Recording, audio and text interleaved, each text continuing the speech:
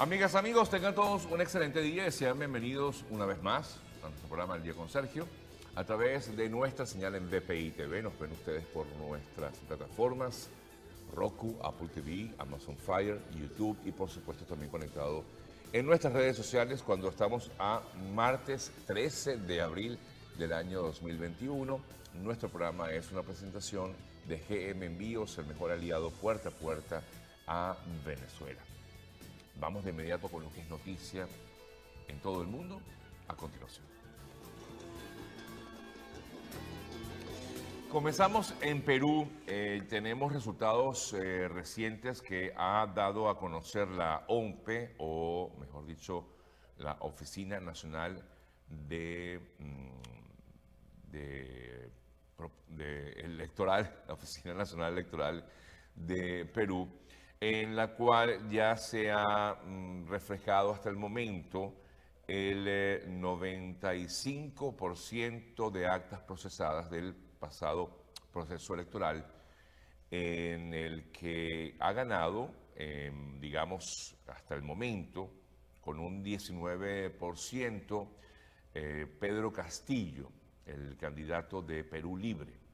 Y en el segundo lugar se encuentra Keiko Fujimori con un 13%. Por lo tanto, serían estas dos personas los que irían a una segunda vuelta en Perú, una segunda vuelta que se realizará el próximo 6 de junio en esta nación. Esto, según los resultados que ha ofrecido hasta este momento, repito, la OMPE, o mejor dicho, el Concentro Electoral encargado de los cómputos en Perú.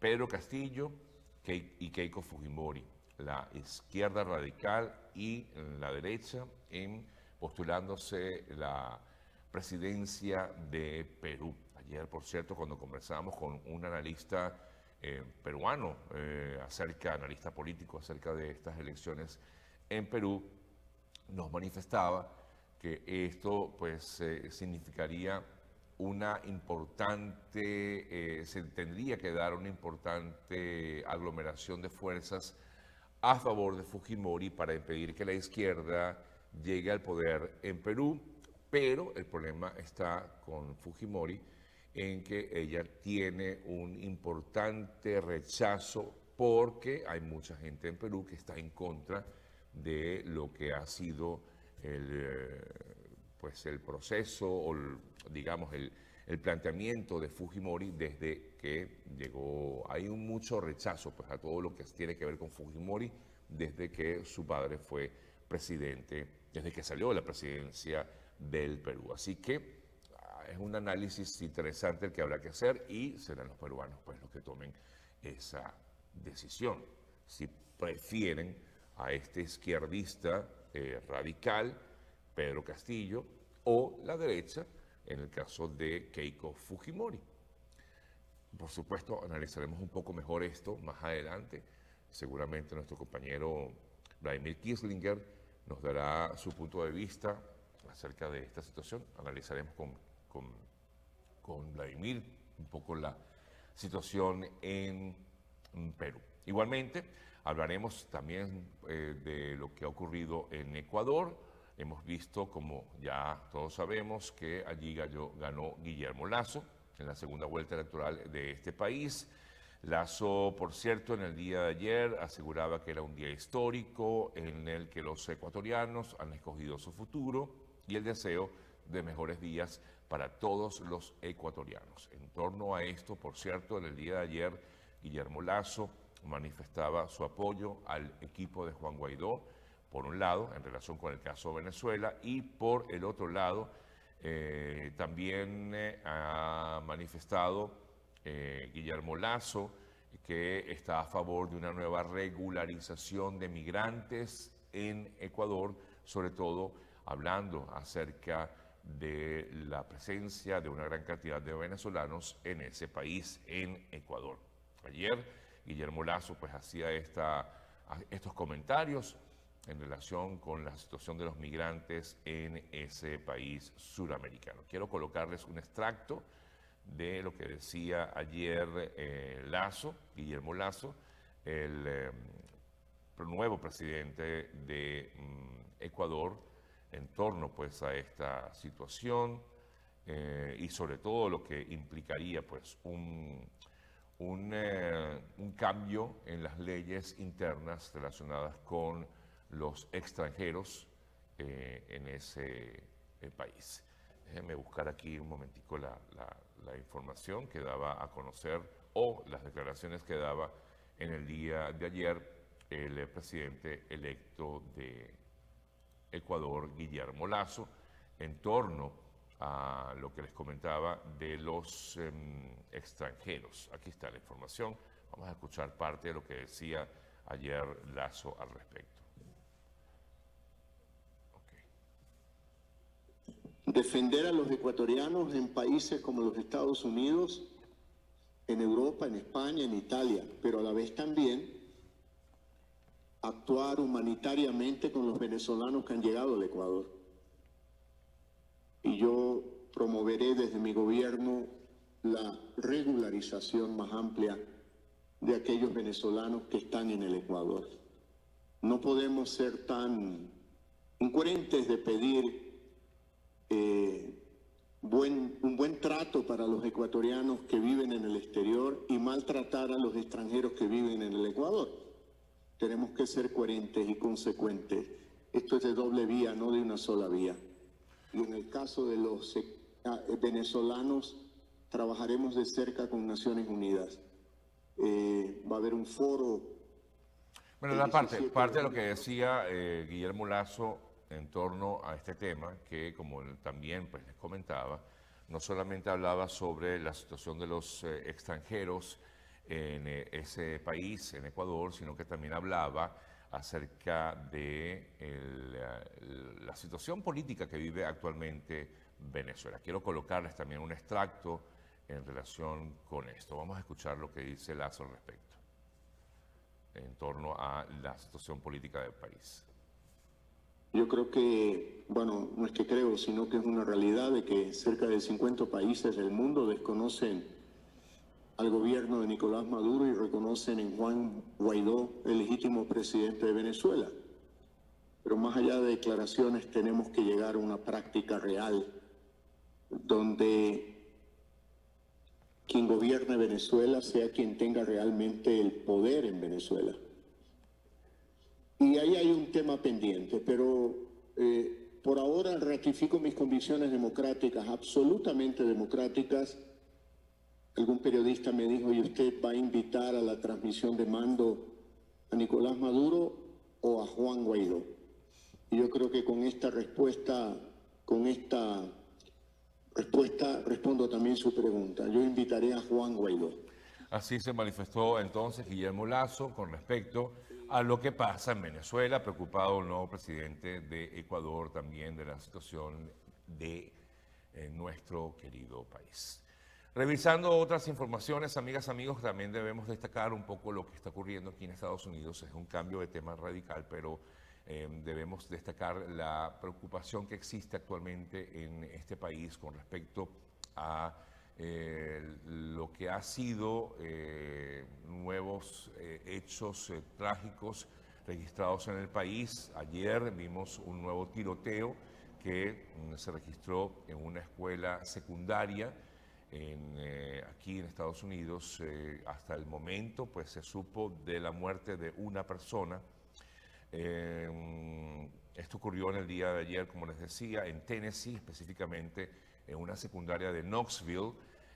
Por un lado esta situación, por el otro lado está también un nuevo hecho en el cual la policía actuó en contra de un joven de raza negra, un joven afroamericano, Daunte Wright, en el cual una oficial de policía le dispara, dice que fue de forma accidental porque dice que se confundió, esto es el argumento de la oficial, que se equivocó ya que pensaba pues dispararle con un taser y terminó disparándole con su arma de reglamento.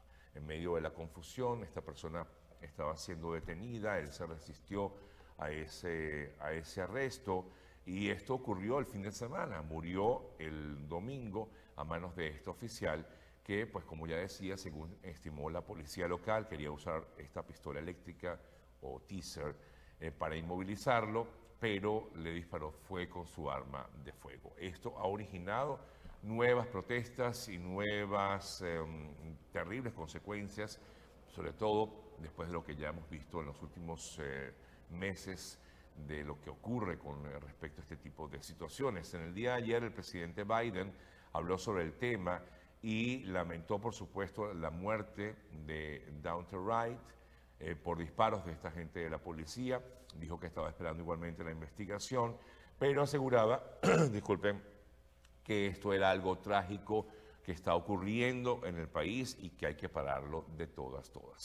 Parte del comentario pues, que hacía Biden, esto en torno sobre todo a lo que ha sido una discusión perenne primero de quiénes deben estar armados y de la manera en que actúa también la policía en muchos de los casos en que son detenidas personas. Recuerden que todavía sigue el caso Floyd. De hecho, desde ayer se ordenó en Minnesota el despliegue de 500 reservistas de la Guardia Nacional para pues, estar pendientes de los que pudieran ser posibles protestas en las últimas horas a raíz de este juicio que está próximo a llegar a su final y por lo tanto la Guardia Nacional de Estados Unidos está pues, desplegada en diversas partes del país.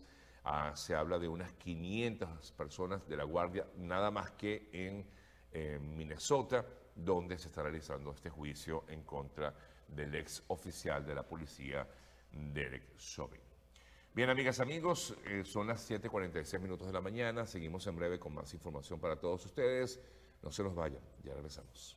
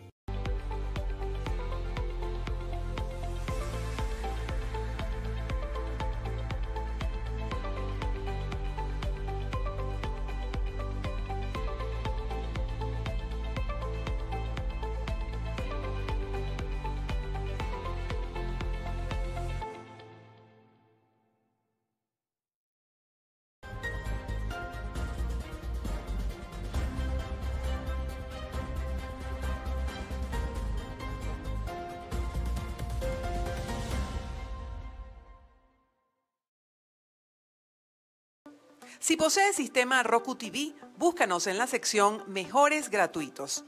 Haz clic sobre nuestro logo y descarga la aplicación para que puedas disfrutar de nuestra señal en vivo siempre.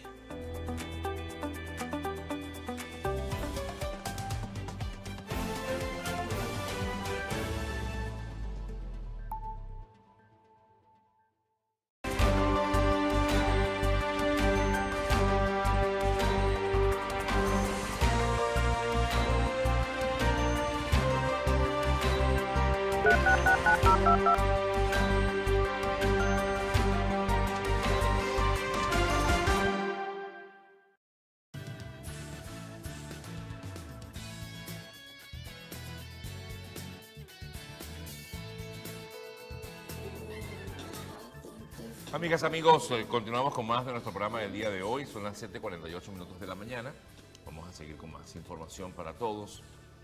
Revisamos un poco algunas noticias vinculadas con el coronavirus. En el día de ayer, la OMS lamentó el relax con que se están tomando en algunos países por parte de personas y gobiernos el cumplimiento de las medidas anti-COVID pese al repunte de la pandemia. De hecho, la última semana fue la cuarta con el número más alto de infecciones confirmadas desde que empezó la pandemia, con 4,4 millones de casos reportados a nivel mundial en 7 días, frente a medio millón hace un año.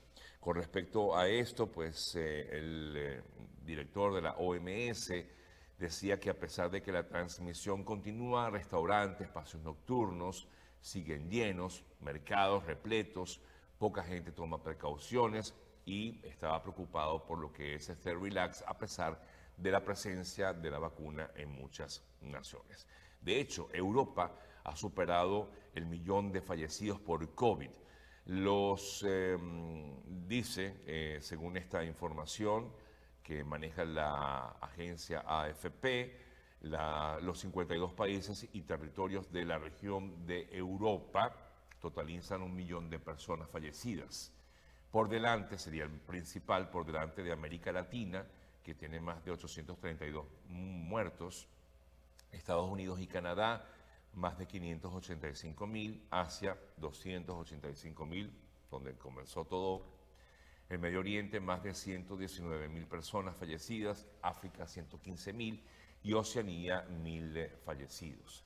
Ante esta situación, pues es preocupante porque mientras en Europa se efectivamente supera el millón de fallecidos, la pandemia, digamos, va poco a poco en descenso. Pero en otras zonas, como América Latina, va en aumento, va increciendo el número de casos. Por cierto que hablando de América Latina, revisando un poco lo que pasa en los países latinos, les comentamos, por ejemplo, Chile, autoridades sanitarias pidieron a los menores de 59 años extremar precauciones, pues el 70% de los nuevos contagios pertenecen a este grupo que son menores de 59 años de edad, mientras continúa pues este importante plan de vacunación que ha funcionado bastante bien en Chile a pesar del incremento de casos. Guatemala, por ejemplo, han hecho un llamado a la reflexión a la misma población a retomar las medidas de precaución, como lo ha recomendado la Organización Mundial de la Salud. En Venezuela, una vez más, la Conferencia Episcopal Venezolana, la Iglesia Católica, ha hecho un llamado para que se dé un plan de vacunación transparente y confiable que priorice al personal sanitario, sobre todo quienes son las primeras o las personas que están en la primera línea de atención de los pacientes con COVID.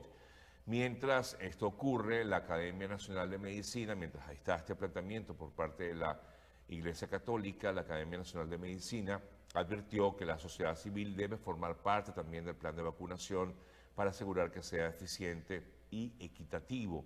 De hecho, emitieron un comunicado en el que resaltan que la sociedad civil debe participar como tal, requiere un entorno favorable para la implementación y ampliación de la respuesta humanitaria en Venezuela. Además que se ha dado a conocer que algunas personas se han dedicado a la tarea inclusive de vender vacunas, por supuesto, fuera de lo legal. Y por otro lado, también exigían que se diera el plan de vacunación a todos por igual, que no haya preferencias, si tienes o no carnet de la patria, sino que realmente tu único documento legal es la cédula y que todos deberían tener acceso a estas vacunas toda vez que lleguen. Por cierto, con respecto al tema de la llegada o no de las vacunas, recuerden que recientemente Delcy Rodríguez manifestaba que se había hecho un pago a COVAX. Ayer Juan Guaidó, relacionado con este tema, aseguró que al concretar el 50% del pago necesario para adquirir vacunas a través de COVAX, queda en evidencia entonces que el régimen, que las sanciones, mejor dicho, no impiden la compra de vacunas contra el COVID, como ha manifestado el régimen de Nicolás Maduro, comentó Juan Guaidó al respecto. Por su lado, el médico infectólogo Julio Castro aseguró que Venezuela está en el peor punto del año con respecto a la COVID y advirtió que los números no reflejan que la pandemia no está bajando por nada del mundo. Más bien todo lo contrario, continúa creciendo la pandemia en Venezuela, muy lamentable, donde los venezolanos han tenido que recurrir a ayudas del extranjero a través de sus familiares con la creación de campañas de GoFundMe, entre otras cosas, ¿no?, que ha tenido que hacer muchos de los venezolanos, aprovechando la presencia de parientes en el extranjero. Bien, amigas, amigos, vamos a hacer una pausa. Hablaremos, por cierto, sobre este tema en particular con el médico y diputado José Manuel Olivares. Conversaremos más adelante, dentro de unos minutos, con él sobre este tema aquí en nuestro programa del día de hoy. Momento de hacer una pausa, pero antes de recordarles acerca de lo que significa tener la seguridad de poder enviar lo que usted desee hasta Venezuela a través de GM Envíos. El viernes pasado salió una nueva carga hasta Venezuela y bueno, así está saliendo cada 15 días un nuevo barco, pero también hay vuelos aéreos, es decir, quise decir, cargas aéreas que usted puede hacerlas que son un poco más rápido, un poquito más costosas, pero son más rápido para que lleguen hasta su destino en Venezuela. Lo importante es que lleguen y sabe que con GM Envíos así va a ser, porque es un trabajo que realizan ellos de forma bien transparente y además le hacen seguimiento a esa carga. Recuerden, @GM Envíos es su cuenta de Instagram, por ahí los pueden seguir, o a través del número telefónico contactarlos 305-930-2660, 305-930-2660. Una pausa y en breve sigo con más de nuestro programa de hoy. Ya veremos.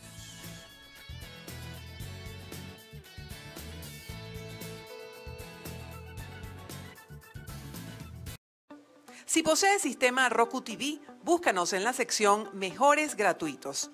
Haz clic sobre nuestro logo y descarga la aplicación para que puedas disfrutar de nuestra señal en vivo siempre.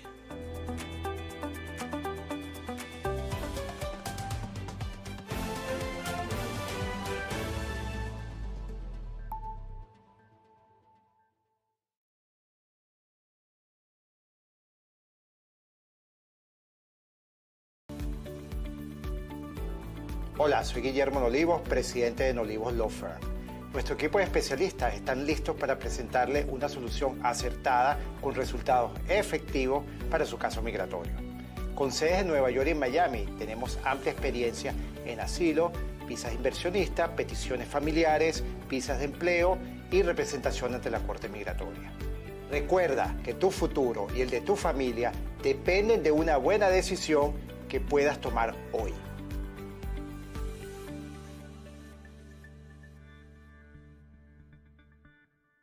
GM Envíos es una empresa especializada en el transporte de encomiendas desde Estados Unidos a Colombia y Venezuela. La transparencia es una de las cualidades que nos caracteriza. La entrega de sus empaques está 100% garantizada. También contamos con el servicio de pick-up, es decir, que recogemos la mercancía en su casa y le ofrecemos un embalaje especializado y así esa carga llegue en excelente estado a su destino. Somos GM Envíos, seguridad, rapidez y atención personalizada. Tu mejor aliado en envíos de encomiendas a Colombia y Venezuela.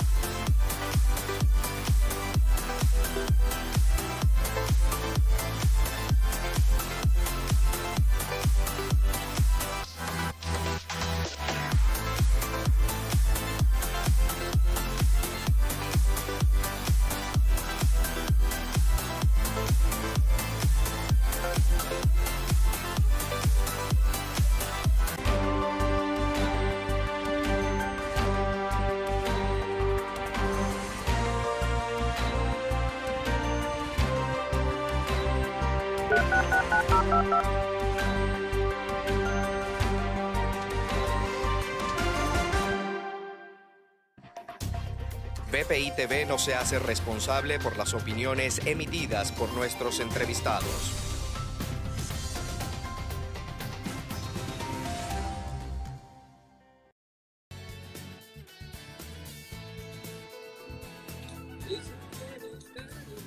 Amigas, amigos, seguimos con más. Son las 7:58 minutos de la mañana.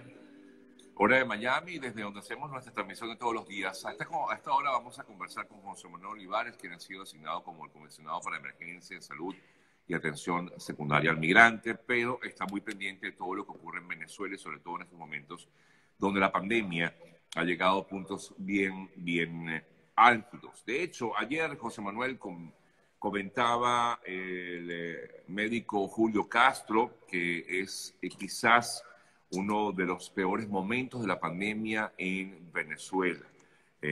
Decía palabras más, palabras menos, el doctor Castro, que efectivamente las cifras que se manejan indican que no está bajando para nada la pandemia, y por cierto que a pesar de que se han tratado de determinar ciertos confinamientos en el país, esta creo que es una semana flexible en el país. Yo no sé si esto... Primero, no entiendo cómo se maneja esto de la flexibilidad 12 más 14 más 7, no entiendo mucho, pero no sé si es un buen momento para flexibilizar ese confinamiento. Entiendo la situación difícil de los venezolanos, pero también es muy difícil que no hay cómo parar la pandemia, y menos con la poca presencia de vacunas. Un poco para empezar esta conversación, José Manuel. Sergio, muchas gracias. Feliz día a ti y a todos los que nos ven y nos escuchan en este momento. Vamos a tratar de explicar esto de una manera distinta. ¿Qué está haciendo el mundo que ha demostrado que funciona? Primero, hacer pruebas, hacer masivamente pruebas, que para usted sea gratis y fácil hacerse un resultado que tiene COVID. Con una lógica epidemiológica, usted tiene COVID, se aísla, entonces corto la cadena de contagio. En Venezuela, gracias al convenio Asamblea Nacional, OMS, se logró llevar 28 equipos que ya están en nuestro país, lo que nos da una capacidad instalada de 8.400 pruebas diarias. Lamentablemente, Nicolás Maduro decidió hacer de 300 a 500 diarias para mantener un aplanamiento virtual de la curva, para mantener el negocio de quienes hacen la prueba por vía privada, sean de ellos, no sean de ellos, no tengo información si es un negocio de alguien en particular, pero la verdad es que hay una capacidad instalada de 8.400 pruebas para hacer diagnóstico de COVID que por decisión de Nicolás Maduro no está siendo utilizada. Entonces ahí pierden la primera herramienta. O sea, ¿no se están usando las 8.400? No. No, ellos decidieron utilizar solamente de 300 a 500 pruebas diarias. Tiene una explicación, Sergio. Mantener el showcito de todos los días de la señora Delcy, que sale a decir, hoy hubo 300 casos en Venezuela. Y es verdad, ella no miente. Si haces 500 pruebas, tienes 300 positivas. Claro. O sea, te mantienes en un rango estadístico. Si haces 8.000, vas a tener un número real de contagios. Claro, si hay más máquinas, hay más casos, entiendo. Totalmente, porque ya no hay duda de la tasa de contagio, ya no hay duda de que el Por eso es que los números no aumentan considerablemente con lo que pasa en el mundo, ¿no? Exacto, entiendo. Por eso que uno dice, bueno, ¿y por qué efectivamente no hay mentira al respecto? No. O sea, no hay mentira, dice la verdad. Ella dice la verdad en medio de una mentira muy criminal. Hacer eso, porque es negarle la prueba a la gente, es negarle la capacidad de detener la cadena de contagio. Porque si yo me hago la prueba hoy y me dan el resultado en una hora, estoy positivo, bueno, hermano, me encierro en mi casa 10 días. Claro. Corto la cadena de contagio. Pero si yo salgo, voy a la panadería, al supermercado, al taller, es lo que es lo que... Y esas pruebas, perdón que te interrumpa, José Manuel, deberían ser gratuitas. Deberían ser gratuitas, como es en la mayoría del mundo. Aquí en Estados Unidos yo me he hecho 2 pruebas de PCR y efectivamente ambas, negativas, gracias a Dios, pero han sido gratuitas. Y está la prueba de PCR y está la prueba de antígeno, que es 2% menos efectiva y que te la entregan en una hora. Para saber si tienes, exacto. Sí. Exactamente, que simplemente para si usted tiene o no tiene. Entonces, primer objetivo que no se hace en Venezuela. Lo segundo que ahí se hace en el mundo es generar confianza en la población y ampliar la capacidad hospitalaria. Tú lo decías hace algún minuto, Sergio, yo creo que ni siquiera Cantinflas pudiera decir algo de una manera similar. Cuarentena radical modificada 7x7, decidida en un cuartil interdiario del amanecer, según la cabala de la PNV. Cuando uno escucha, tú dices, bueno, Dios mío, ¿pero qué es esto? O sea, ¿de dónde salió Pero esto? Es que no se entiende, además, ¿no? No se entiende, Sergio, y no es real, porque tú tienes familia en Venezuela, todos tenemos en Venezuela, y es una cabala en la autopista que si tú resuelves, vas y sales. Entonces, no se está tomando esto en serio. No se está tomando en serio que estamos hablando de vidas. Y ampliar tu capacidad hospitalaria. Porque si tú eres ciudadano y tú sabes que tienes el hospital universitario con 300 camas de terapia intensiva, que tiene el hospital Domingo Luciani, el hospital Ruiz y Paz en el estado Bolívar, el universitario de los Andes, el Van Grinken de Falcón, habilitado, tú dices, bueno, si yo me enfermo, sé que hay un hospital donde van a luchar por salvarme. Hoy en Venezuela tan solamente hay 140 ventiladores y 160 camas de terapia intensiva para pacientes por COVID-19. En este momento, Sergio, que tú y yo estamos hablando, que son las 8 de la mañana, no hay una cama de terapia intensiva disponible en la Gran Caracas. Entonces, bueno, eso genera más miedo, más terror. No hay un hogar de Venezuela que hoy no tenga miedo ante el COVID, porque ni puedo hacerme la prueba, ni si me enfermo van a tener un lugar donde atenderme porque está colapsado. Claro.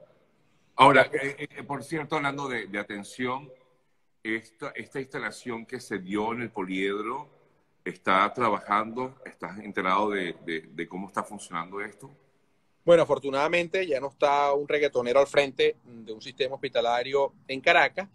Sigue ahí. No, sabes que nosotros nunca hacemos política mintiendo ni con amarillismo. Sigue ahí, pero no son instalaciones para pacientes complicados. Son instalaciones donde tú puedes ir a aislarte. Vas a tener una carpa, con una camilla, donde te van a atender. Pero si necesitas terapia intensiva, si necesitas soporte hemodinámico, soporte ventilatorio complejo, ahí no hay. Entonces, eso está ahí, sí está ahí. ¿Está funcionando? Sí, está funcionando. Pero lo que te dije yo hace algunos meses, Sergio, yo en vez de gastarme ahí la fortuna que se gastaron, equipo del hospital universitario, que tiene 30 especialidades a tu disposición, que tiene hemodinamistas, nefrólogos, cardiólogos, intensivistas, ahí en el hospital, porque es un hospital universitario, habilito el Domingo Luciani, el Pérez Carreño, el Hospital Vargas, habilito tu plataforma hospitalaria. Sergio, hoy el 92% de los tomógrafos, resonadores y equipos rayos X del país no sirven. Una herramienta fundamental para hacer un diagnóstico de COVID, que es ver los pulmones. Entonces, ahí es cuando tú te das cuenta, bueno, ¿qué queremos hacer con el COVID? ¿Un show para poder ir a mostrar unas carpas y decir que estoy haciendo algo? ¿O poner la infraestructura hospitalaria a servicio de los venezolanos? Y la tercera herramienta, Sergio, es la vacunación. La vacunación. Venezuela es el peor país del mundo en vacunación. Nosotros lo que hemos hecho es exigir un plan de vacunación. Te doy unos datos. Hay 5.280.000 venezolanos mayores de 55 años. Hay 593.000 personas en la nómina del Ministerio de Salud. Y hay 785.000 venezolanos en la nómina del Seguro Social, Sanidad Militar y Salud de alcaldías y gobernaciones. Esto es un total de 6.066.000 venezolanos que deben ser la prioridad.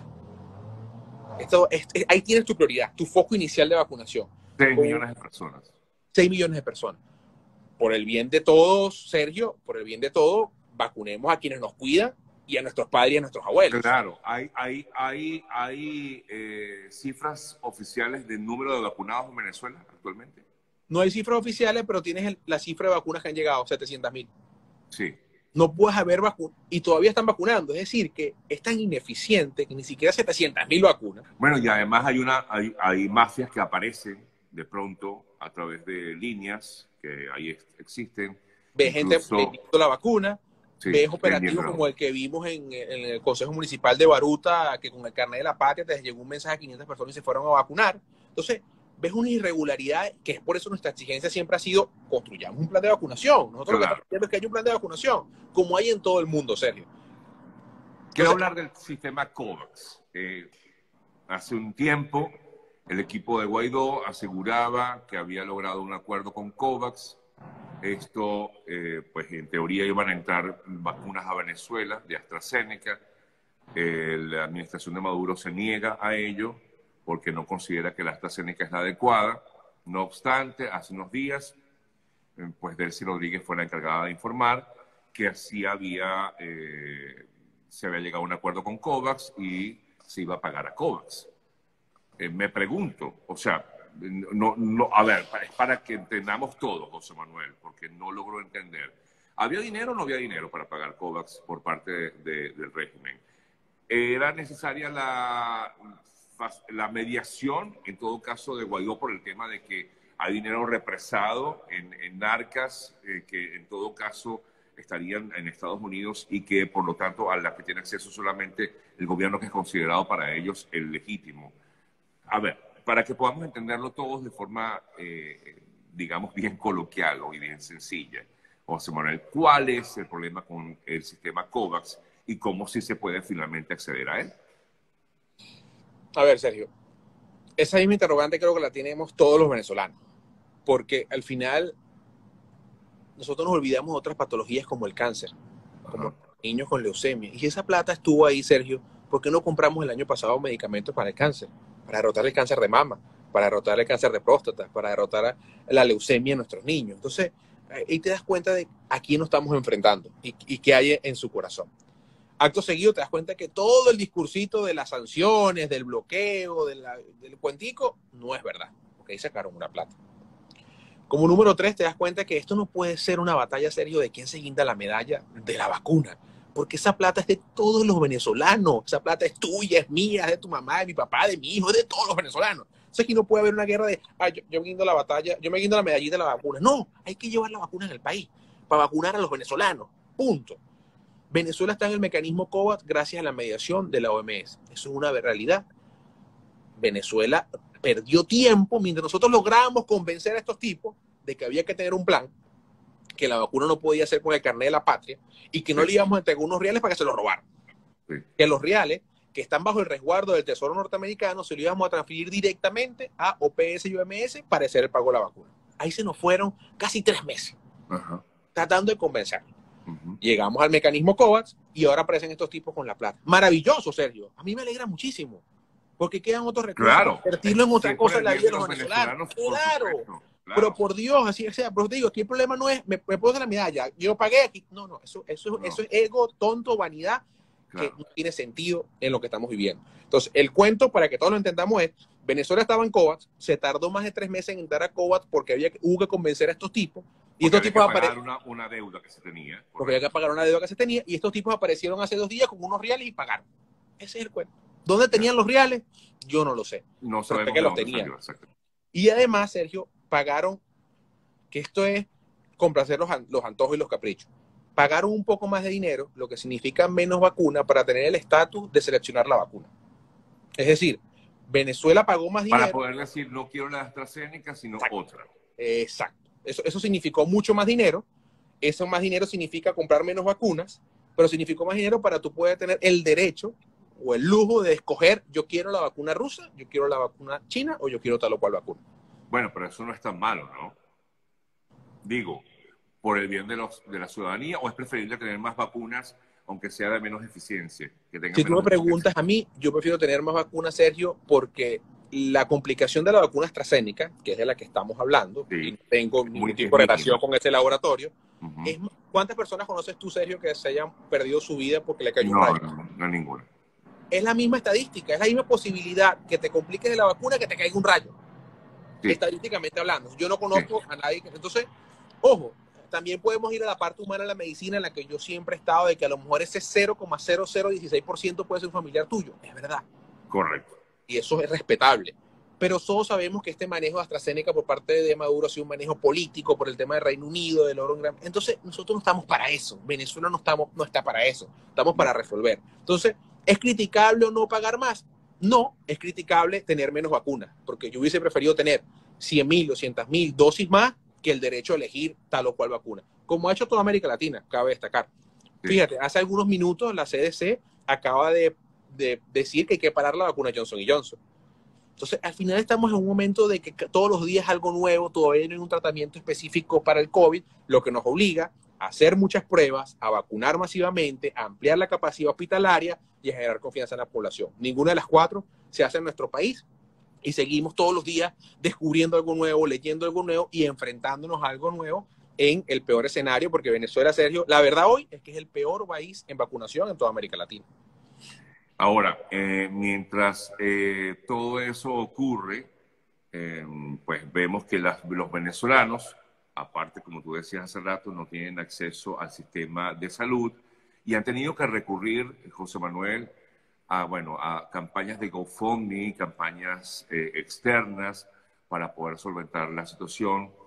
Yo recibo a diario cientos de solicitudes de ayuda. La verdad es que es muy difícil para uno, pues, a conocerlas todas, pero bueno, es la única forma que tienen los venezolanos porque no tienen acceso. Hay preocupación en el mundo, digamos, digo en el mundo porque somos muchos los venezolanos que tenemos familia en Venezuela, de que le ocurra algo, sobre todo quienes están en Venezuela, que son las personas mayores, que muchos de ellas no tienen ni un seguro. Y además no hay cómo pagar una cama, y ni siquiera las hay, ¿no? Ese es el problema. Ante eso, ¿qué respuesta se le puede dar a estas personas, José Manuel, de parte de ustedes también como políticos, pues que son? Sergio, desde hace muchos años yo vengo usando una frase que es que en Venezuela el que no tiene plata se muere. Y eso lo vi yo en mis prácticas oncológicas en el Hospital Universitario de Caracas y en esa especialidad que yo agarré, que es derrotar el cáncer. Una bombona de oxígeno son $25 diarios. La consulta de un médico a tu casa son $50, $60 diarios. La ampolla de Remdesivir, que puede ser 5 o 10, según lo que te indique, son $200 cada ampolla. Una tomografía son $100 a $150 hacerte una tomografía. Unos rayos X son $30. Alquilar un concentrador de oxígeno para tenerlo en tu casa, porque bueno, no hay terapia intensiva que te reciba, son $300 la semana. Entonces, cuando tú empiezas a ver estos gastos y dices, bueno, y es que no tiene plata, ¿qué pasa? Se queda en una casa, se toma un tecito, se toma una tamer y espera a ver qué va a pasar con su vida. Y la respuesta es sí. Eso es lamentablemente lo que está pasando. Eso es lamentablemente el sufrimiento y ha sido nuestra lucha desde hace muchos años, incluso antes de ser diputado, como lo hablábamos antes de comenzar la entrevista, que es esa angustia de decir no hay en un hospital, que es esa angustia de ver la desesperación de alguien con su papá, con su mamá, con su hijo, de que se le va a morir porque no tiene la plata. No es que es una enfermedad incurable, es que no sabe cómo atacar a la enfermedad. Esto genera frustración, esto genera indignación, esto genera más ganas de luchar, pero a la vez una profunda preocupación, porque bueno, mi papá y mi mamá están en Venezuela, los dos tienen más de 60 años, y igual tus padres y los padres de muchos que nos ven, y esa es la angustia que hoy todos tenemos. Intentando hacer mis cosas, creo que el mecanismo que usó la política para ser útil fue la vacunación, fue dar la pelea, fue organizar, fue empujar para que la vacunación fuera una realidad, fue despolitizar el tema de la vacunación. Nosotros no podemos agarrar la vacunación como un tema político para atacarte, para ganar, para yo gané, para yo soy bueno, tú eres malo. No, la vacunación tiene que ser una realidad para los venezolanos porque significa salvar vidas. Lograr los 28 equipos para hacer pruebas fue otro mecanismo que se logró desde la Asamblea Nacional, desde el gobierno interino, para llevar solución a los venezolanos. ¿Quisiéramos hacer más? Sí, yo sin duda quisiera hacer más, Sergio, pero hay una realidad fáctica que es el control de territorio, el control de la infraestructura la tiene Nicolás Maduro. Y nosotros no es que tenemos, como mucha gente a lo mejor piensa o cree, no, es que tienen unos reales, que los reales que se han robado. No, ahí hay un dinero que está bajo el Tesoro norteamericano. No hay ningún diputado de la Asamblea Nacional que tenga una tarjeta de crédito, una cuenta, que firme cheque. Eso no existe. Aquí cada centavo que se muere es aprobado por el Tesoro norteamericano previa aprobación de la Asamblea Nacional. Entonces, sí genera frustración. Claro que la genera. No pueden tocar ese dinero, además. No podemos tocar ese dinero por decisión de la Asamblea, porque en el Estatuto de la Transición se decidió no tocar ese dinero para no hacer más de lo mismo, para no caer en cuentos de corrupción, sino en buscar cómo ese dinero se traslada al bienestar de los venezolanos. Errores, sí, probablemente haya muchos, críticas. Sí. La gran crítica para todo es que, bueno, Maduro sigue ahí, pero seguimos luchando para que salga de ahí, y yo creo que al final nos toca es sacar lo mejor de nosotros como venezolanos, Sergio. Ver imágenes como el alcalde de Terán y Carneiro marcando casas en La Guaira, un alcalde en Yaracuy marcando casas, ese es querer sacar lo peor de nosotros como venezolanos en este momento para sacar lo mejor de nosotros como seres humanos y sin duda como venezolanos. Muy lamentable. Ahora, te pregunto, José Manuel, para darle algo de esperanza a la gente, porque creo que es lo que quiero también de alguna forma, con la aprobación o el pago hacia el sistema COVAX por parte del régimen de Maduro, ¿ahora sí llegará la vacuna a Venezuela? Debe llegar la vacuna a Venezuela porque ya no depende de Maduro, ya se pagó. Ahora depende de los tiempos que tarden estos organismos internacionales, COVAX, en recibir la vacuna, en ver la disponibilidad y enviarla a nuestro país. Sigue habiendo una restricción que es la construcción de la cadena de frío, que es garantizar que la vacuna se pueda estar ahí. Ese dinero fue pagado ya por la Asamblea Nacional. Falta que OPS y OMS, no sé si van a comprar, a reparar, a garantizar los medios de transporte, camiones y refrigeradores, para que la vacuna cuando llegue al país no se dañe dentro de un refrigerador, sino que esté a la temperatura adecuada. Eso está caminando. Decir tiempo, Sergio, es jugar a la irresponsabilidad porque ya estamos en los tiempos de los organismos internacionales. Ya Venezuela en teoría cumplió. Yo creo que ahora nos toca a nosotros buscar que ese dinero con que vamos a pagar la vacuna nos lleve a comprar más vacunas. Y eso ahí nos toca un trabajo muy duro que es convencer a OPS, a COVAX de que nos des más espacio en la vacunación, porque así está toda América Latina. Tú y yo estamos hablando de Venezuela, pero Colombia está igual, Chile está igual, claro, todo el mundo anda buscando que le amplíen su portafolio COVAX para recibir más vacunas, buscar los mecanismos de compra directa. Es decir, nosotros no podemos descansar un segundo en llevar esperanza al país. Y esperanza al país es que usted sepa cuándo se va a vacunar, dónde se va a vacunar y estar tranquilo, que al usted estar vacunado no es que no le va a dar COVID, pero sí está seguro que no se va a morir de COVID. Exactamente, sí, eso lo hemos comentado en otras ocasiones, por supuesto, y hay que tomar en cuenta eso. Pero bueno, pero por lo menos podemos darle la esperanza sin duda a nuestros compatriotas, a nuestra gente, a nuestros hermanos en Venezuela, de que llegará la vacuna Ojalá, como ha recomendado la conferencia episcopal, que sea equitativo, ¿no? Que haya un plan de vacunación, como tú comentabas al principio, hace rato, que no sea con el carnet de la patria, sino que sea con la cédula de identidad, ¿no? Que todo el mundo tenga acceso a esta vacuna y de forma gratuita. Que no sea un negocio. Yo me vacuné, yo no sé tú, yo me vacuné ya. Tengo la primera dosis y fue de forma gratuita aquí en Estados Unidos.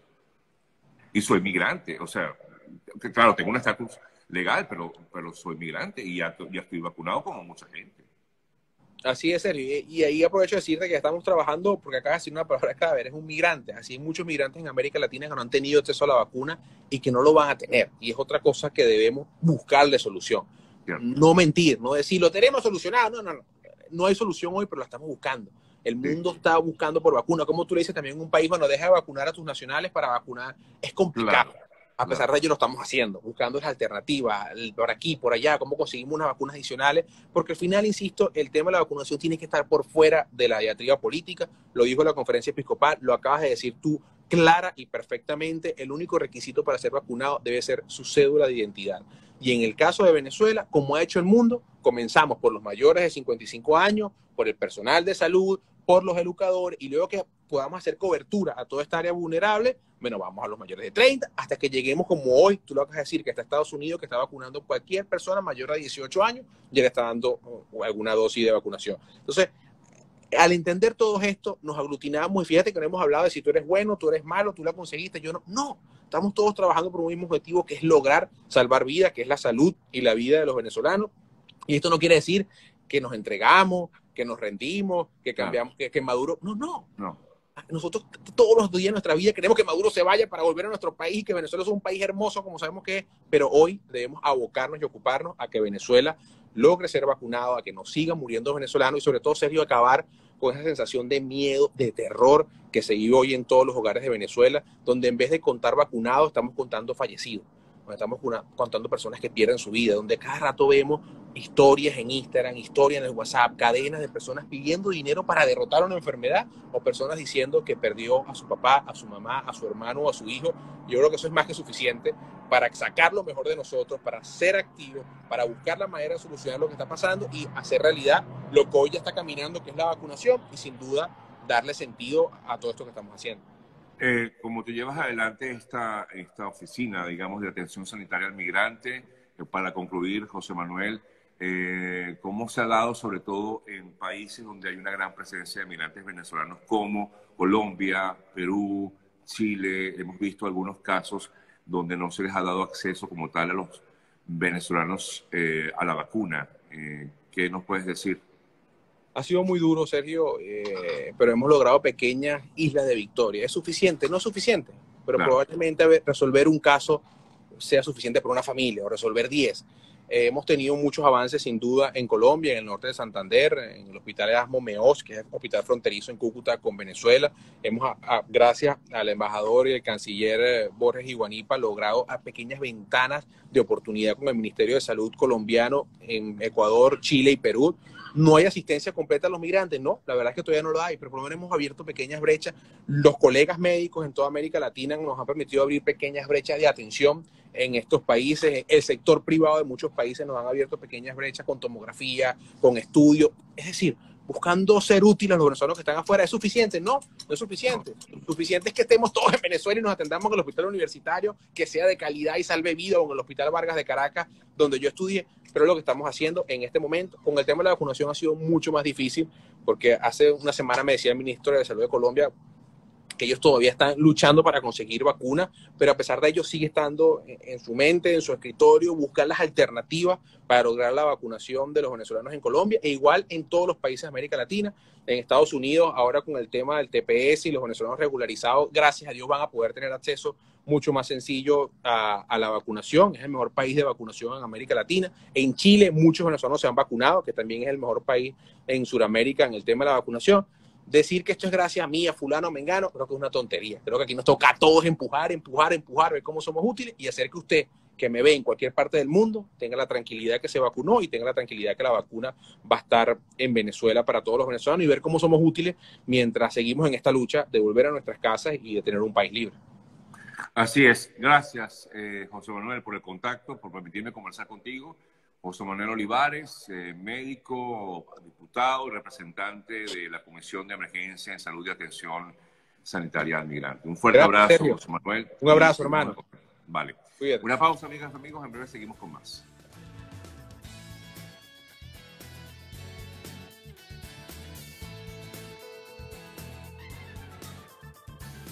Ron Veroes es ideal para las celebraciones, destacado por su excelencia en la lista de los 10 mejores rones del mundo en su categoría.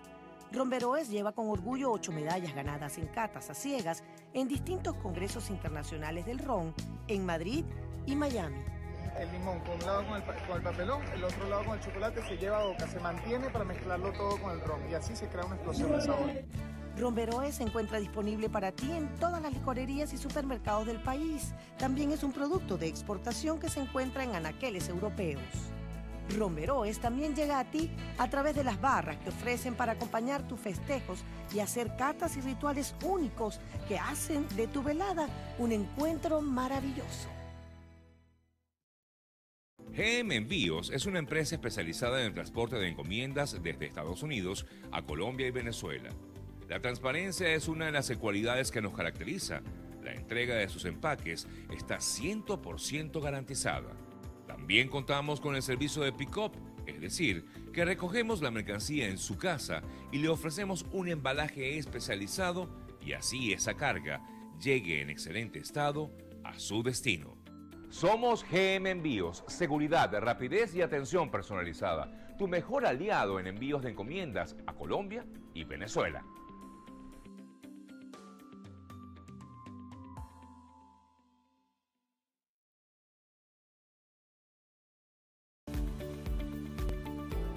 Hola, soy Guillermo Nolivos, presidente de Nolivos Law Firm.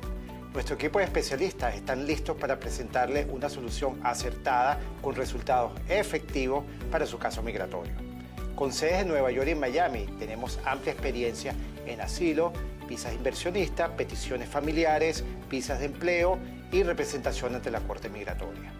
Recuerda que tu futuro y el de tu familia dependen de una buena decisión que puedas tomar hoy.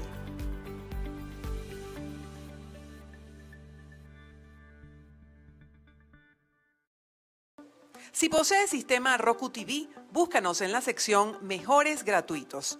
Haz clic sobre nuestro logo y descarga la aplicación para que puedas disfrutar de nuestra señal en vivo siempre.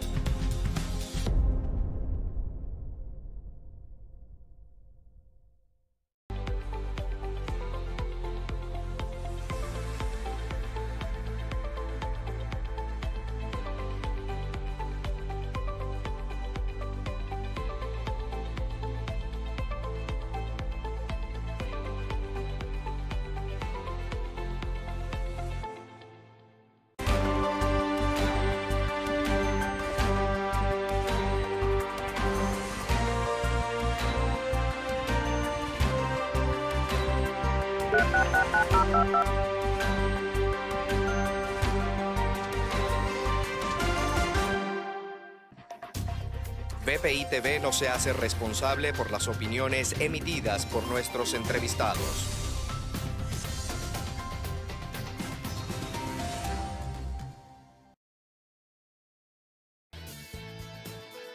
Seguimos con más de nuestro programa. Comentaba con Vladimir Kieslinger, nuestro compañero, colega que siempre está con nosotros los martes.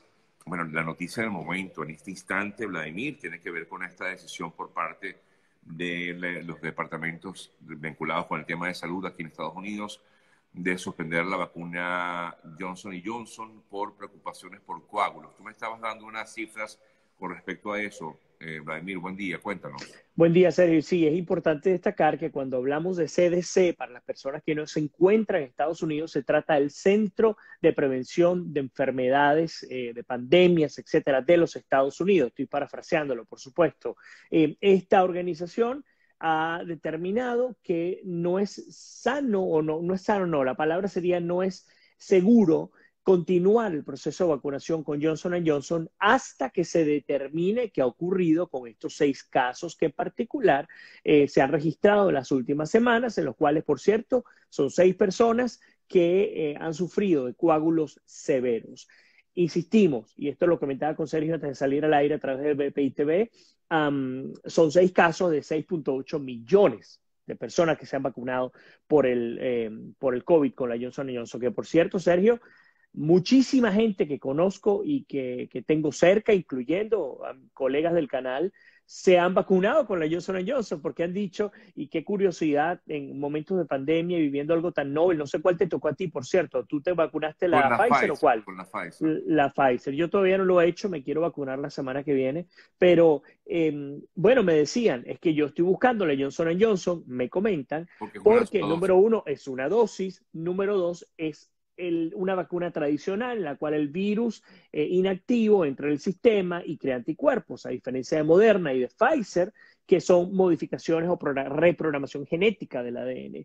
Ante esa realidad, pues por supuesto, la gente ha procurado llegar a la Johnson & Johnson. ¿Qué creo que va a ocurrir? Lo que ocurrió con AstraZeneca. AstraZeneca ya está otra vez digamos, saliendo al mercado de nuevo, ¿no? Y ojo, aquí habría que agregarle algo cierro la idea de AstraZeneca. AstraZeneca se detuvo la vacunación en Europa y ya se reinició. Y se reactivó, sí. Exacto. En el caso de Johnson & Johnson, hay que sumarle esta nota algo adicional. ¿Y qué es?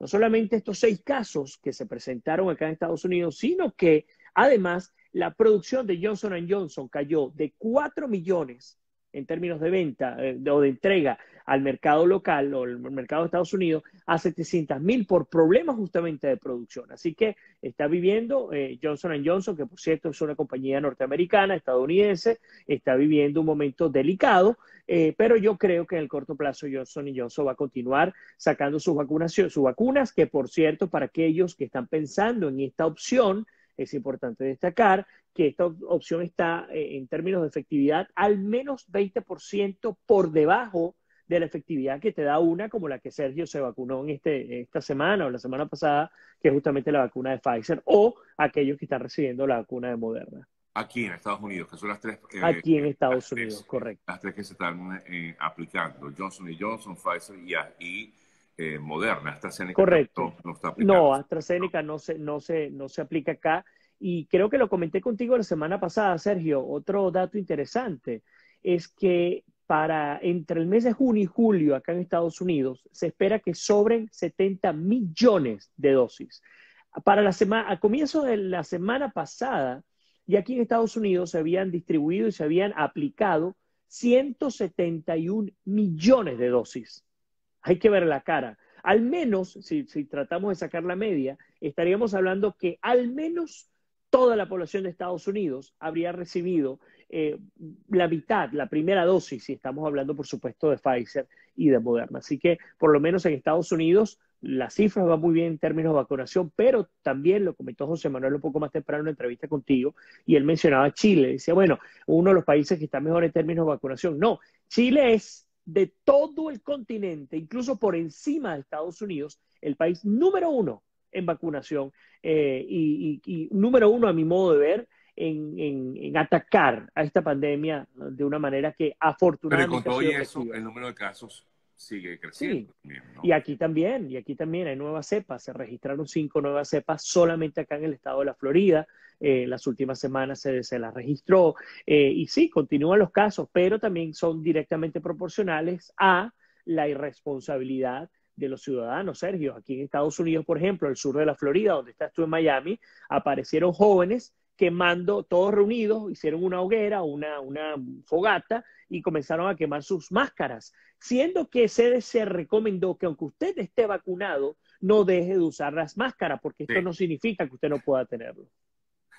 Ay, Dios mío. Bueno, ¿qué te puedo decir? Vladimir, hablemos del panorama político en América Latina. Esta semana, este fin de semana, hubo tres Así elecciones, es.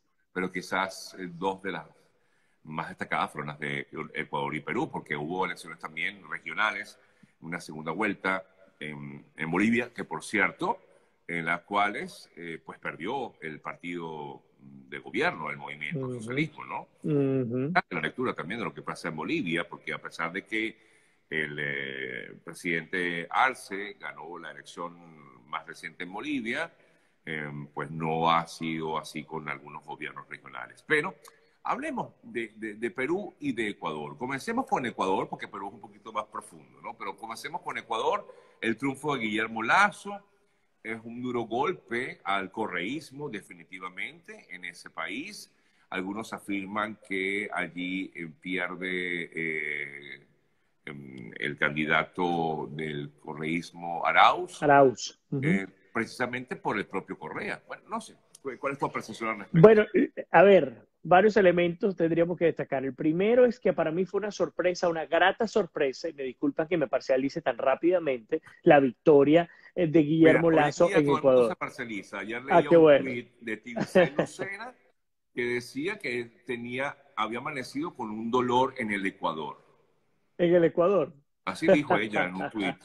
Me llamó la atención porque yo decía, Ay, Dios mío. bueno, Será una nueva parte de su cuerpo, no lo sé. Pero bueno, pero todos hablando, entendemos sí, que sí, por supuesto que sí. sí. A ver, varias cosas. Lo primero es que, y lo hemos hablado acá, de manera colectiva, corporativa, si lo quieren llamar, los miembros del Foro de Sao Paulo, que siempre suena a retórica política, pero es cierto, han intentado mantener y recuperar los espacios que han perdido en el continente. Ecuador, incluso por encima de Bolivia, era un país y digo era en pasado, era un país determinante para la izquierda de los Castro, entre otros. Había que recuperarlo. Y a mi modo de ver, lo que ocurrió en el Ecuador es la respuesta a algo que hemos venido analizando y tiene que ver con la propia gestión de Lenín Moreno, que no tiene nada que ver con Lasso. Lasso ha dicho, ahora sí vámonos al desarrollo económico, ahora sí vamos a cambiar cómo es la estructura, no solamente económica, sino política, social del país. Pero a mi modo de ver, luego de analizar todos los periodos recientes presidenciales en el Ecuador y darme cuenta que la inestabilidad ha sido el común denominador en el Ecuador y que posterior a Rafael Correa y a toda la hecatombe que ocurrió con él, entró Lenín Moreno y dijo, yo voy a estar un solo periodo presidencial. El señor se lanzó un solo periodo presidencial y se fue en paz. Yo voy a cambiar la constitución para evitar la reelección indefinida, para penar a los corruptos para que no puedan ser electos en ningún cargo popular de por vida, para que se les confisquen todos sus bienes. Cuando uno se da cuenta que cuando priva el Estado por encima de la persona se generan resultados positivos, bueno, pues entonces, por supuesto, se ven cosas como las que se vieron este fin de semana. No estoy diciendo que Guillermo Lasso sea una salvación para el Ecuador. Claro, Él pudiera ser el claro, peor presidente de la historia del claro. Ecuador. Yo no estoy, digamos, visceralmente pensando o asumiendo que él va a ser bueno, pero a donde quiero llegar es que la paz que se vivió en este proceso electoral en el Ecuador no se hubiese podido vivir si Rafael Correa fuese el presidente del Ecuador, así como ocurrió en Bolivia con Evo Morales y todas las consecuencias que se vivieron allí. Entonces, la primera lectura es, a pesar de que la izquierda y la derecha, ya es tampoco deberíamos llamarlo así, pero en nuestro continente siguen siendo muy marcadas, no sé si tú lo sientes así, pero cuando nos vamos a un proceso electoral en el continente, muy rara vez compiten dos candidatos que sean relativamente similares, de centro izquierda, de centro derecha, ¿no? Siempre hay dos polos opuestos. Dos polos, correcto. Y esos polos opuestos vienen acompañados por grandes cantidades de seguidores, es decir, normalmente están 50-50, lo que quiere decir que en nuestros países, en casi la mitad de su población, cada uno se orienta o hacia un lado o hacia el otro.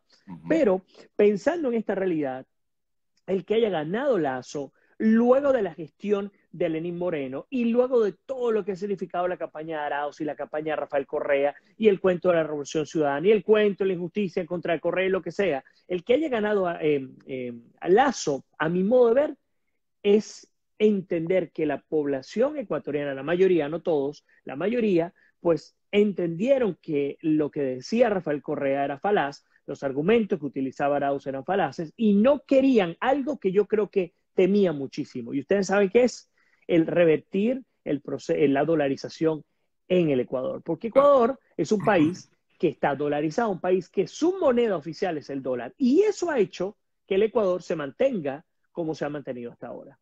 Otro punto allí que habría que agregar, Vladimir, es la reacción que tuvo, sobre todo quien quedó de tercero en esa primera vuelta, el representante también de la izquierda, Yacu Pérez, no de la misma tendencia de Arauz, pero sí de una tendencia izquierdista, pues él votó nulo y llamó a ese voto nulo porque primero estaba en desacuerdo con que no hubiese sido él el que estaba postulándose la segunda vuelta electoral y además que consideraba que no eran favorables para el país ni uno ni otro.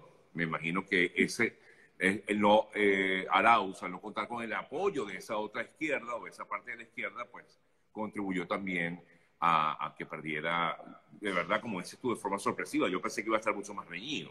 Sí, y de hecho, súmale algo más. Hasta hace muy poco, cuando estuvo por supuesto, el primer conteo, se pensaba que por primera vez en muchísimo tiempo en el Ecuador iban a competir dos candidatos de la izquierda, que sería Yacu Pérez y Arauz. Recordemos que cuando terminaron los primeros sondeos a boca de urna, indicaban que estaba de segundo Yacu Pérez, no Guillermo Lasso. Así que bien interesante el cómo cambió la realidad y esperamos que Lasso no cometa el error que suelen cometer presidentes como el que cometió Macri, a mi modo de ver, que no entendieron la realidad de su población, creyeron que pues sencillamente podían aplicar sus medidas sin ningún tipo Sí, porque no es, insisto, hay medidas que son necesarias, pero hay que entender para quién uno gobierna. Y yo creo que a causa de eso se vivieron las consecuencias que se están viviendo hoy en Argentina. Yo espero que Ecuador no ocurra. Ya vimos lo que pasó en Bolivia, y no estoy hablando de estas elecciones regionales, sino estoy hablando de la pasada elección presidencial en la que el MAS, como era de esperarse, obtuvo la victoria. Ya Evo Morales está metido allí, y en Bolivia ocurrió lo que ocurrió en Argentina, pero afortunadamente en Ecuador hasta el momento. Luego de Lenín Moreno, gana Guillermo Lasso, y vemos cómo lentamente se va pasando de la Revolución Ciudadana de Correa a una especie de centro de Lenín Moreno. Yo no diría que Lenín Moreno era ni de muy izquierda ni de derecha, y ahora estamos entrando a un Guillermo Lasso que, insistimos, es un banquero, es un empresario, es un conservador, pero es un tipo formado, tranquilo, mayor. Vamos a ver por dónde van los tiros. Ojalá funcione. Por lo menos hasta ahora, pues se perfila bien, y ojalá así sea, por el bien de los ecuatorianos y por el bien de quienes viven también en Ecuador, ¿no? Así es. Vladimir, Perú. Wow, Perú. Ese es otro tema, porque allí hemos visto cómo pues, va a la cabeza. Todavía hay una decisión, no hay una decisión definitiva, pero hasta el momento pues, va a la cabeza el candidato de la izquierda radical, un batacazo total en Perú. Nadie lo daba ni siquiera dentro de los posibles presidenciables. Estaba allí, por supuesto, Pedro Castillo, así es. Estaba como favorito y termina pues yendo como tal hasta siendo el primero. De hecho, se consolida como el primer candidato de la segunda vuelta. Y el segundo está allí, pues, Keiko Fujimori. pero parece que Keiko Fujimori es la que finalmente va a lograr nuevamente ir a un proceso electoral en segunda vuelta. Sin embargo, Vladimir, habrá que ver qué se va a hacer con Fujimori, si la van a apoyar todos el resto de los candidatos para que tenga un mayor peso, porque el tema ahí a combatir es que mucha gente también es muy anti-Fujimori. Es un tema. Es un tema bien complicado, y para los venezolanos no es Pedro Castillo el de Aditu, no, es el de Sí. un candidato, Sí. un candidato, porque a veces hay personas, pero Pedro Castillo, ese no es venezolano, No, no, ese estamos hablando de nuestro otro. Pedrito Castillo es otro, sí. Eso Así es, Pedrito no es político, anda por No. allí haciendo comerciales en Miami. Pedro Castillo, candidato de la izquierda en Perú, fue una sorpresa, tú lo comentaste, pero si entendemos estratégicamente cómo fue la jugada electoral y política en Perú, no hay sorpresa. ¿Por qué? Porque fueron 18 candidatos, Sergio, 18 candidatos, y el 99% de los candidatos todos eran de centro derecha. Entonces, pues la torta que se tenía que repartir, aquellos que no están a favor de las ideas, de todo este tema de la izquierda revolucionaria del continente, pues se partió lo suficiente como para que nadie pudiese tomar la delantera. Ahora bien. No, y además la serie de errores cometidos en los últimos gobiernos, que fueron 4 gobiernos, o sea, Kuczynski, Vizcarra, Sí, Tagara, sí, o sea, sí, eso es un buen punto, pero habría que destacar lo siguiente: todos los presidentes de Perú que están vivos, todos están cursos en investigaciones y en juicios por hechos de corrupción. Hay uno de ellos que no está vivo, pero porque se suicidó, que es sí, Alan García. por algo Y sí. justamente por hechos de corrupción, aunque Bailey me comenta, y creo que también lo he dicho público, que, bueno, pues que esas investigaciones tenían que determinarse. Pero bueno, de cualquier manera, hablando del tema de Perú, políticamente Perú está muy mal, muy mal. Incluso peor que el caso de Brasil con los hechos de corrupción. En Perú, la lucha y la pelea de los hermanos Fujimori ha sido fatal para la institucionalidad. Utilizó Keiko, aunque yo creo que ella va a ganar, y ya te voy a explicar rápidamente. Okay. Keiko utilizó en su oportunidad el Congreso para pelear en contra de su hermano. Vimos cómo Kenji Fujimori, siendo también miembro del Congreso, estoy hablando de hace 3 años, 4 años atrás, pero necesito hablar del contexto, llegó a negociar con PPK, con Pedro Pablo Kuczynski, para que el 24 de diciembre indultara a Fujimori con la condición de que no fuese enjuiciado políticamente y no se le diera la vacante. Es decir, un desastre político. Sin embargo, Keiko siempre, aparte de siempre haber aspirado a la elección, Keiko siempre ha contado con cierto respaldo del Fujimorismo, a pesar de que el hijo predilecto de Alberto Fujimori es Kenji y no Keiko. Es un enredo total. Aquí, sí, como pocas cosas en el continente, cuando hablamos de política en el Perú, tenemos que hablar de familia, porque la política en el Perú ha sido regida por la familia Fujimori, directa o indirectamente. ¿Qué creo que va a pasar, Sergio? Tienes a un Pedro Castillo que tiene 19%, está en primer lugar con 19% de la torta electoral. Y tenemos a Keiko Fujimori que se lleva más o menos un 13%. Después vienen todos los demás candidatos. ¿Qué creo yo? Keiko Fujimori va a ganar, pero de calle. Vamos a ver qué va a ocurrir. ¿Y por qué digo que de calle? Porque el Perú, a diferencia de todo el resto de los países que hemos analizado, ha entendido que lo va a seguir, lo va a mantener, digamos, a flote, va a ser la economía de libre mercado. De las economías que más han crecido en el continente americano, tristemente llegó el COVID y la situación se ha complicado, pero el Perú, el desarrollo que ha tenido, lo ha tenido gracias, independientemente de la corrupción, gracias a los modelos de desarrollo abierto desde el punto de vista económico. Ante esa realidad, yo creo que Keiko Fujimori va a terminar ganando. No llegó a la primera vuelta a ganar porque se repartieron la torta 18 candidatos. Claro. Pero en la segunda vuelta no tengo mucho temor a equivocarme que los números le van a dar, aunque esté en este momento 17 puntos por debajo de Pedro Castillo. Claro. Ahora, porque ahí Keiko va a recibir entonces el apoyo de la mayoría de los candidatos. Esperemos que sí, pero aún y no recibiese el apoyo de la mayoría de los candidatos, veo difícil que en general la población peruana se vaya a votar por Pedro Castillo. No tengo nada contra él, conozco muy poco su carrera política. Les prometo que de pronto de acá a antes del proceso de la segunda vuelta me voy a empapar mucho más sobre Pedro Castillo y sus propuestas.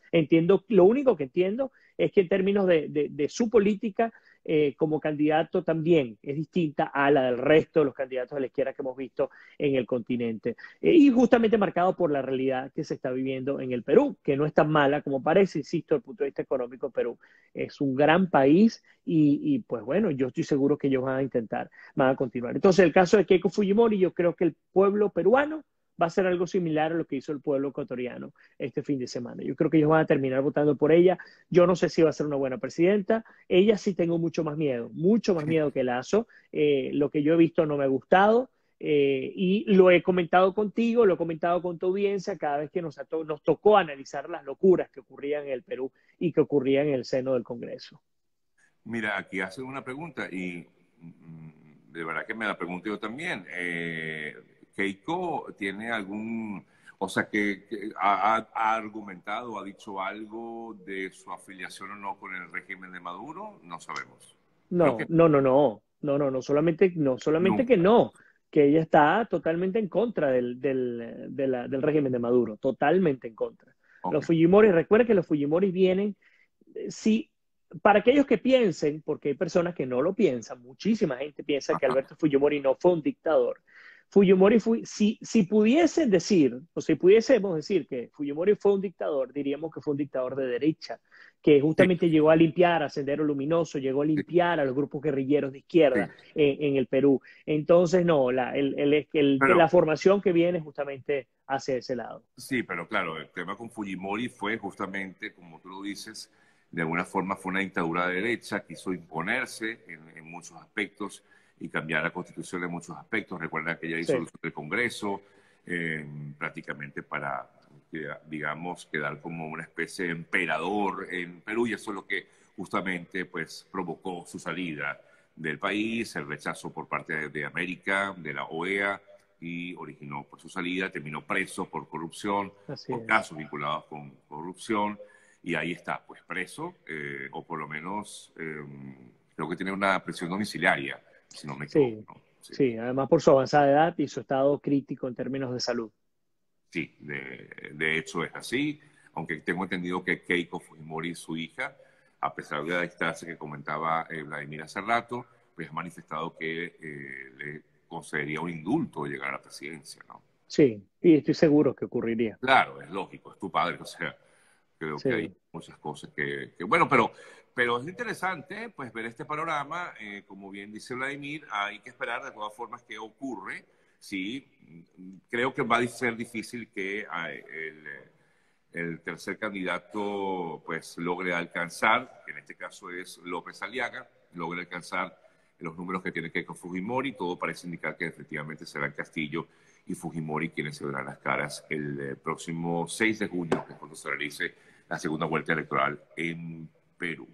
Así es. Bueno, Vladimir, agradecido, como siempre, me despido de ti. Un fuerte abrazo, te seguimos. Recuerda que Vladimir ahora, además, también está trabajando con los amigos de Tampa Hoy. Para quienes están en Tampa, lo pueden ver a través de Canal 8, ¿no? Así es, Canal 8, Canal 6 y a través de tampahoy.com.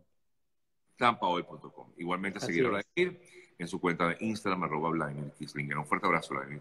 Abrazo, Sergio, que Dios me los bendiga. Feliz día para todos. Amén. Igualmente, hermano, gracias. Hacemos la pausa y al regreso nos despedimos por el día de hoy. Gracias, Vladimir. Chao.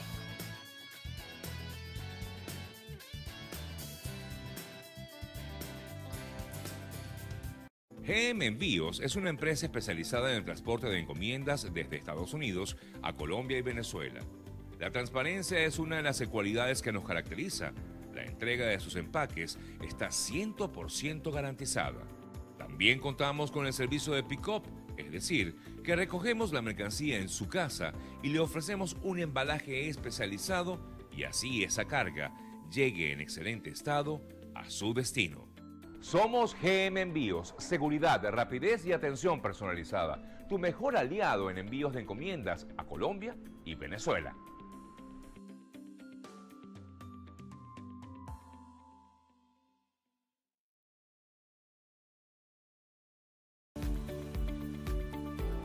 Hola, soy Guillermo Nolivos, presidente de Nolivos Law Firm.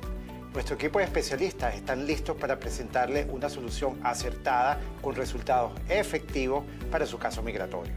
Con sedes en Nueva York y Miami, tenemos amplia experiencia en asilo, visas inversionistas, peticiones familiares, visas de empleo y representación ante la Corte Migratoria.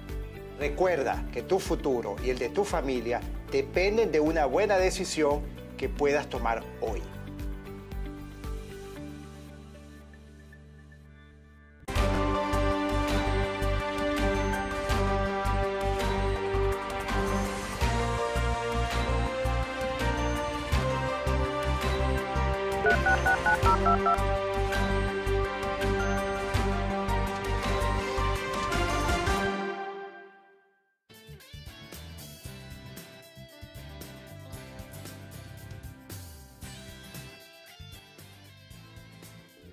Bien, amigas, amigos, despedimos nuestro programa ya por el día de hoy. Estamos ya concluyendo, cerrando ya nuestro espacio por hoy.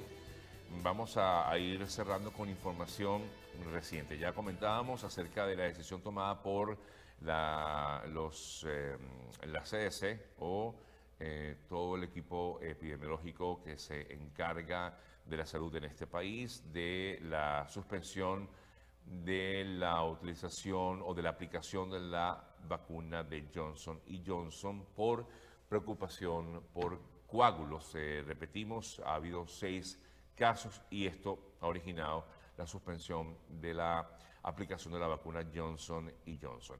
En otras informaciones, hablando de vacunas, Pfizer reduce la mortalidad en un 98%, ha determinado también su equipo, el equipo que maneja la vacuna de Pfizer. En otras noticias, hay brotes de variantes, como por ejemplo en Londres, dice que hay un brote de la variante surafricana que pone en jaque a 2 barrios de Londres, según información que leemos en algunos portales hasta ahora, entre ellos el de EFE, de la agencia EFE. Hablando de la EFE, pues leemos aquí en su portal principal, entre otras noticias, nuevas variantes también se pasean por Centroamérica y aumentan casos en esta región de América. Keiko Fujimori accede a la segunda vuelta al tener más del 90 y tanto % de votos computados en Perú. El nuevo presidente electo de Ecuador, Guillermo Lasso, entra en Quito con una batería de reformas. Son otras de las notas que se destacan a esta hora de la mañana. En otras importantes informaciones, antes de ir cerrando el programa, la Unión Interparlamentaria confirmó que prepara un envío de una misión a Venezuela para conocer de primera mano cuál es la real situación del Poder Legislativo en el país, en Venezuela. Luego de esta solicitud que hiciera Jorge Rodríguez a esta Unión Interparlamentaria. Vamos a ver de qué forma, en todo caso, se maneja este equipo, que también tiene mucho contacto con la Asamblea Nacional elegida en 2015. En otras noticias que también podemos comentarles a ustedes a esta hora de la mañana, la Fiscalía panameña pidió llamar a juicio a 50 personas por blanqueo de capitales en el caso Odebrecht. En otras importantes noticias también leemos que fueron excarcelados los jóvenes que fueron detenidos en la Victoria, Estado de Aragua, por realizar una jornada de desinfección contra el COVID-19 en esta zona de Venezuela.